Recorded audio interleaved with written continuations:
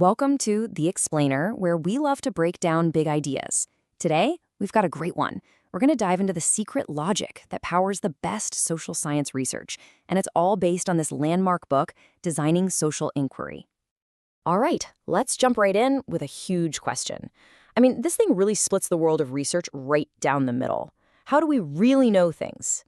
When we want to understand something big and messy, like why a revolution kicks off or what makes a democracy actually work, what's better? Should we be listening to these really detailed, in-depth stories? Or should we be trusting the big, cold, hard numbers? So that very question leads us to this, well, it's kind of like a civil war that's been raging in the social sciences for decades. It's usually painted as these two warring camps, Like they have totally different, completely incompatible ways of looking at the world. So let's get into it. Let's really look at these two styles. Okay, so on one side, you've got your qualitative researchers. People call them the quals. Now, these are the folks who work with just a few cases. A small N, they'd say, but they go super deep. We're talking interviews, digging through history, boots on the ground fieldwork, all to build this really rich, detailed story. And then on the other side, you've got the quantitative researchers, the quants. These guys are all about the big numbers, the large N. They're using surveys, crunching stats, building models, all to find these big, sweeping patterns in the data. And, this creates a massive problem for the rest of us, right? If the experts, the very people whose job it is to explain how the world works, can't even agree on the right way to do it, how are we supposed to trust any of their conclusions? It really leaves you wondering, who should I believe? Is one side totally right and the other totally wrong? But what if that whole war is just a big misunderstanding? What if, and this is the key, what if both sides, when they're doing their best work, are actually playing by the exact same rules? Now that is the core idea we're going to unpack today. There's this quote from Karl Pearson way back in 1892, and it just nails it.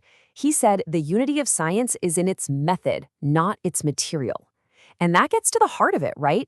It doesn't matter if you're studying revolutions or rock formations. What makes it science isn't what you're looking at, it's how you're looking at it. The method is everything. And that shared method, it's all built on this one powerful idea, scientific inference. It sounds fancy, but it's actually pretty simple. It's just the process of using the facts you know to learn about the facts you don't know.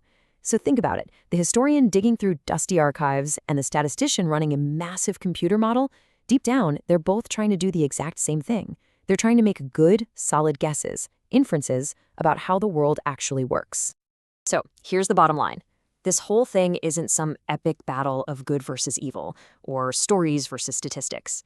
The best research, it doesn't matter if it's based on one single case or a million data points. It's all following the same fundamental logic.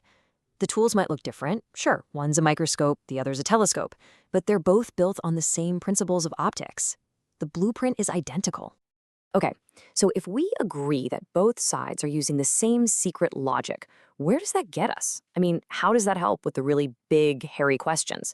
Well, it gives us the key to unlock one of the toughest puzzles in all of science, causality. Let's really dig in here and figure out what it actually means to say that one thing causes another. It sounds dead simple, doesn't it? We say stuff like, the alarm not going off caused me to be late, all the time. But when you try to nail down what that really means scientifically, you stumble into this incredibly deep and, honestly, kind of mind-bending puzzle. Get this. To really grasp what a cause is, you have to imagine a parallel universe. Seriously. The causal effect is just the difference between what actually happened here, in our reality, and what would have happened in an identical parallel world where that one cause was missing. So, for example, the true effect of a candidate running for re-election isn't just, did they win or lose? No. It's the difference between their vote count in our world and the vote count in that other world, the counterfactual world, where they decided to retire instead. Mind-blowing, right? And that right there leads us to what researchers call, and it's a great name, the fundamental problem of causal inference. And the problem is simple, and honestly a little bit terrifying. You can never see the counterfactual. You can't peek into that parallel universe. You only get to see one reality. And that means we can never know any causal effect for certain. Not with 100% absolute rock-solid certainty. Whoa. Okay, so that's a pretty humbling idea, right? But it's also incredibly powerful. Understanding that we can't see the other universe is our best defense against bad research and sloppy thinking. It forces us to be super careful. So let's use this idea to look at a couple of the most common research traps you see out there every single day.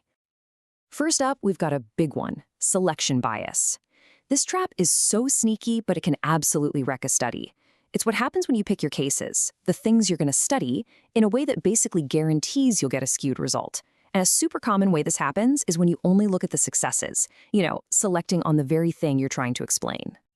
This chart here is a perfect way to see how this works. Okay, so imagine every single dot is a student and their salary after they graduate. Let's say you want to figure out what makes people successful, so you decide to only study the high earners, right? Just the dots above that line. Well, you might look at them and say, it looks like taking accounting classes doesn't really matter. But look at what you're missing. You're completely ignoring all the other students who took those same classes and didn't make a ton of money. You've cherry-picked your data, and now you have a totally warped view of what's really going on. Okay, trap number 2 is another classic. It's called omitted variable bias. This is when you think you found this nice, clean connection. A causes B. But in reality, there's this secret third thing, this hidden variable C that's pulling the strings and causing both A and B. So picture this. A study comes out and it shows this really strong link, right? People who eat a lot of red meat seem to have more heart attacks. And it's so easy, so tempting to just jump to the conclusion red meat causes heart attacks. Case closed. But hang on. What about that omitted variable? What if the real culprit here is age? Think about it. Maybe older people just happen to eat more red meat than younger people. And of course, older people are also just more likely to have heart attacks, period. So age is the hidden cause behind both things. That creates this fake connection, this illusion that the meat is the problem, when really, it's something else entirely. Okay, so this is all looking a bit grim, isn't it? We can't see the parallel universe. We've got all these traps like selection bias and omitted variables. So how on earth does anyone learn anything reliable? Especially if you're a historian or an anthropologist and you've only got 1 or 2 cases to look at. Well, this is where the really smart researchers shine. It is all about one thing: maximizing your leverage. Let's use a totally extreme example to see how this works. Think about the extinction of the dinosaurs. It happened once, 65 million years ago. That is the ultimate small n study, an n of 1. How could you possibly test a scientific theory about a single unique event that happened so long ago? Here's the clever part. The key is to ask, if my theory is true, what else must also be true? What are the testable breadcrumbs my theory would leave behind? These are its observable implications. So if your big theory is a giant meteorite did it, well, that one single cause should have a bunch of predictable effects. You'd predict, for instance, that we should find a thin layer of iridium, that stuff common in meteorites but rare on Earth, in rock layers all over the globe from that exact time period. And you'd predict we should be able to find a massive impact crater somewhere. See? Each of those predictions is a new observation, a whole new way to test your theory, all from that one single event. And that right there is the essence of really powerful research. It's all about that leverage. A truly great theory is elegant. It takes one simple idea and uses it to explain a whole bunch of different things that might not even seem related. The goal always is to explain the most with the least. And this is where we bring it all home. Because this way of thinking, this logic of observable implications, it isn't just for scientists and lab coats. It is an incredibly powerful tool for all of us, just for thinking more clearly about, well, everything. So here's the challenge for you. The next time you have a really strong belief about something, anything at all, just stop and ask yourself, okay, if I'm right about this, what else should I be able to see out there in the world? What are the testable predictions of my own belief? It's such a simple question, but trust me, it can totally change the way you see everything.